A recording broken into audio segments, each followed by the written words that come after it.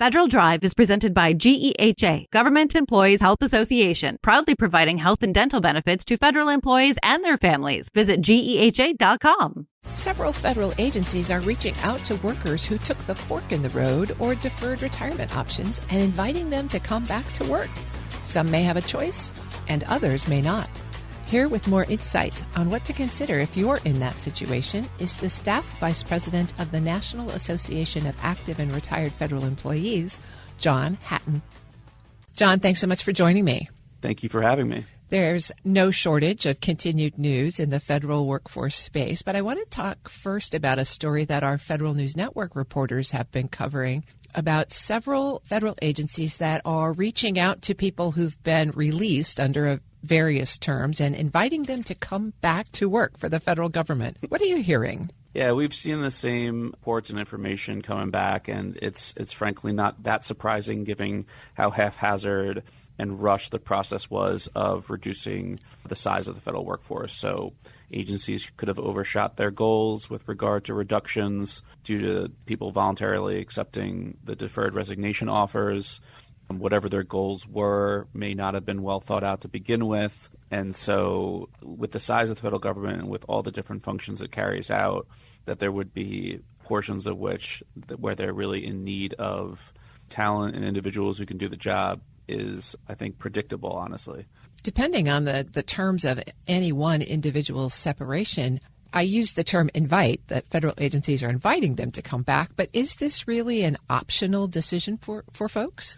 I do think it will depend on how somebody was separated or whether they were put on an administrative leave or not. So if somebody took the deferred resignation offer, the terms of the offers that we saw back in the first one that was issued in the end of January, early February, said agencies retained the power to rescind the offers at any time and that you could be asked to come back to work in, quote, rare circumstances. So I haven't seen all the specific language in some of the agency-specific deferred resignation offers, but if you are under that, then per the terms of that agreement, they could pull you back in.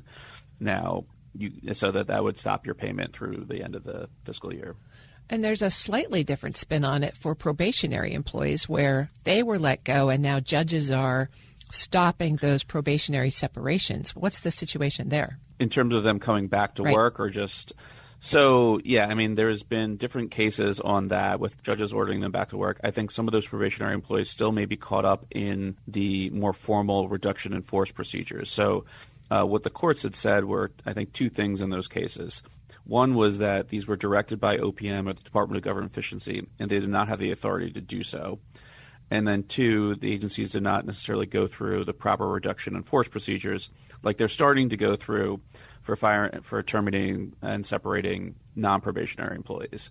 So just because the initial firing of the probationary employees was ruled invalid by courts doesn't mean they may not be caught up in further reduction in force processes. So what is NARF offering in terms of advice to folks who are caught up in this spin of, am I fired? Am I not? Am I called back? Am I not? How do I think about this? What are my decision spaces? How are you advising folks? This is really tough. It's very difficult, and a lot of it depends on where you are in your personal career, where you are in terms of retirement planning potentially. So, you know, some individuals are already retirement eligible, and so that is potentially an option. So if you're already thinking of retiring or retiring within the next couple of years and you had this deferred resignation offer, then maybe that's something you wanted to take. Now, others are being put on administrative leave and being told they're being caught up in a RIF. They may be getting a voluntary early retirement offer. Then you have other individuals who I think pre-retirement eligibility just have to think about how this plays in for their career. Do they want to try to stay on with the federal government if they possibly can, or are they just turned off by everything that's going on and want to find a job elsewhere? And I think that also depends on kind of what your career path is, what your occupation is. So I think people within the USAID space, for example, like the entire industry is kind of getting torn apart. And, you know, there was some reports of there's some jobs going to state and people trying to get in those jobs. Other people may have scientific background that's more general and they can go find a job elsewhere. And all the different actions being taken to federal employees may certainly be turning people off.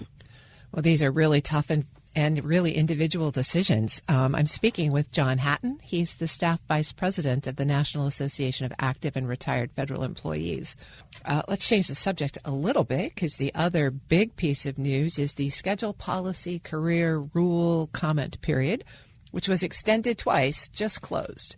So what are you hearing about what was submitted? What were the trends? Any news there? I think the last number I saw on the comments submitted was something upwards of close to 40,000, but not all the submitted comments have been posted yet as of the last time I looked. So a lot of comments in on the rule. There were, I think, closer to 10,000 on the initial OPM rule trying to solidify the civil service framework. So obviously there's a lot of interest.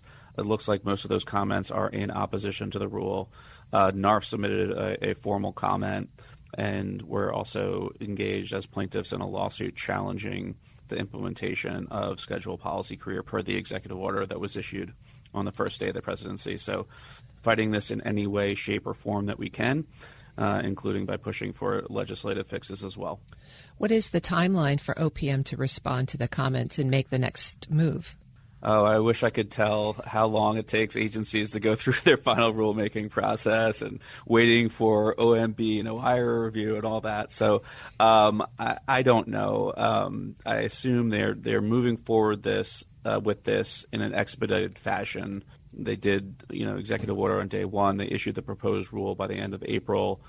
They tried to have a short public comment period of 30 days initially. I think they probably moved that back to avoid legal challenges in terms of the time. It's not even clear that they gave enough time for comments. So I think we'll see. I think they're going to try to move through the process quickly. Now, are they going to do it quickly in a measured way, in a way that is actually considering all the comments and reviewing them, or do they actually have some preconceived notion?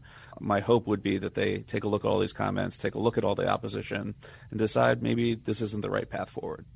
But that's pretty optimistic. I was going to say, you're not going to hold your breath for that one, are you?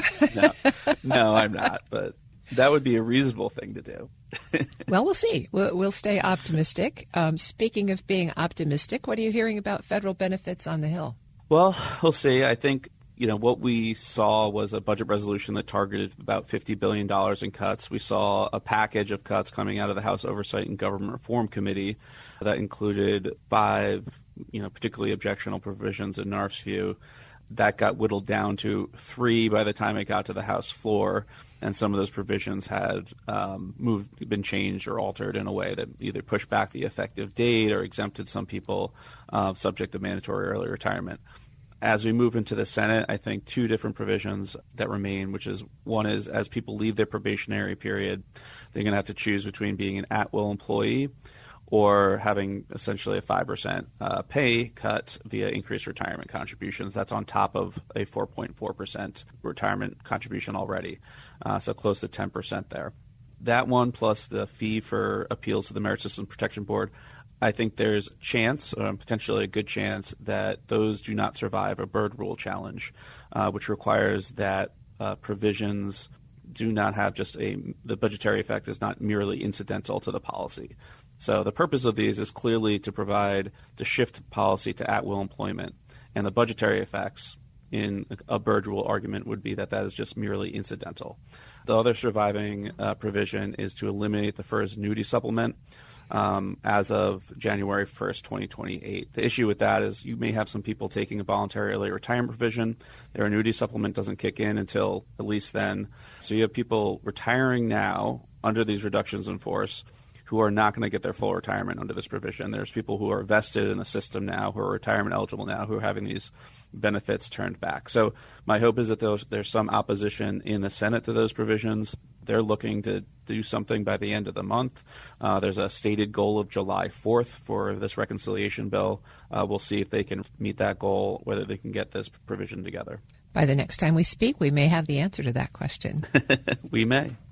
I've been speaking with John Hatton. He's the staff vice president of the National Association of Active and Retired Federal Employees. John, thanks so much for joining me. Thank you for having me. We'll post this interview at federalnewsnetwork.com/Federal Drive. Hear the Federal Drive on demand. Subscribe wherever you get your podcasts.